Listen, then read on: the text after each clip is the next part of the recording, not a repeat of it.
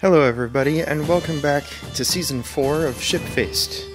As you may have been able to decipher from the title of this season, the next ship in the season to be featured is His Majesty's hospital ship Britannic, the final Olympic-class liner.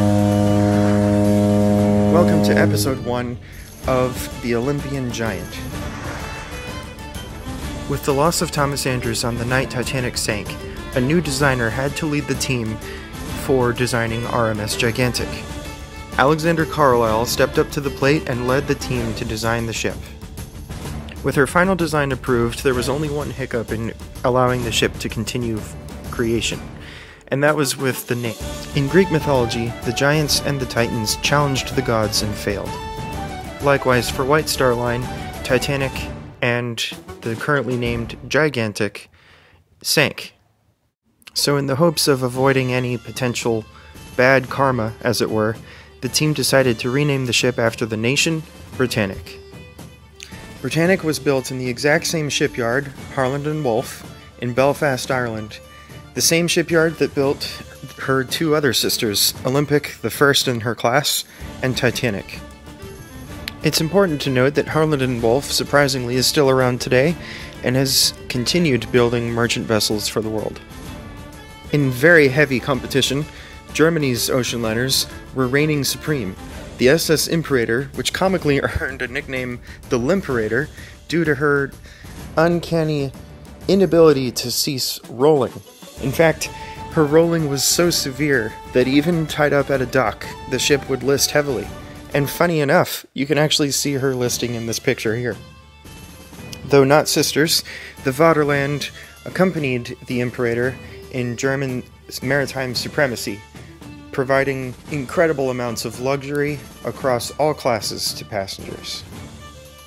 As a result, White Star Line wanted to top even their own records set for luxury standards with Titanic, in the creation of the latest and final addition to the Olympic-class ships, Britannic.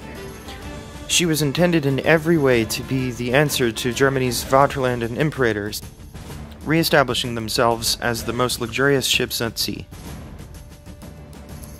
On February 26, 1914, the Britannic was launched to an immense fanfare, and on a bright sunny day, the ship slid down the slipway to roaring cheers and applause as she made contact with the water for the very first time. Every aspect of Britannic was intended to be so beautiful, to the point that in this picture here, her hull was painted a dark gray to contrast with the white superstructure to make her look even more beautiful for pictures. Britannic was also larger than her two older sisters, weighing in at 48,158 tons, measuring 175 feet tall when complete, as well as 94 feet wide. Because of the fact that the British Royal Navy required Britannic's service as a hospital ship, not all of the lavish and opulent fittings made it into the ship. However, many of them did.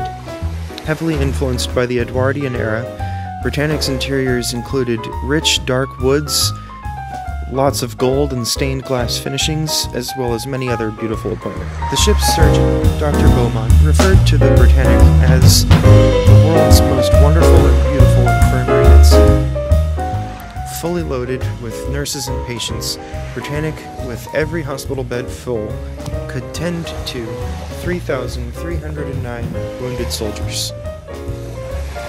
Britannic had many advancements in her design following the disaster of the Titanic situation.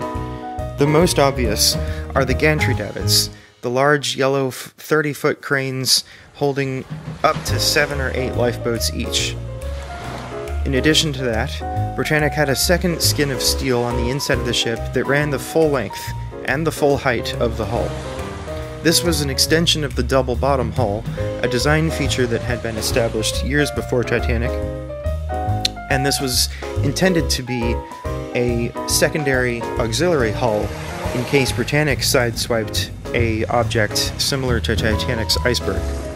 It was believed, because of those reasons and many more, that Britannic was the answer to all the problems that led to Titanic's sinking. Not only was she believed to be one of the most beautiful ships ever created, but she was also believed to be 10 times as seaworthy.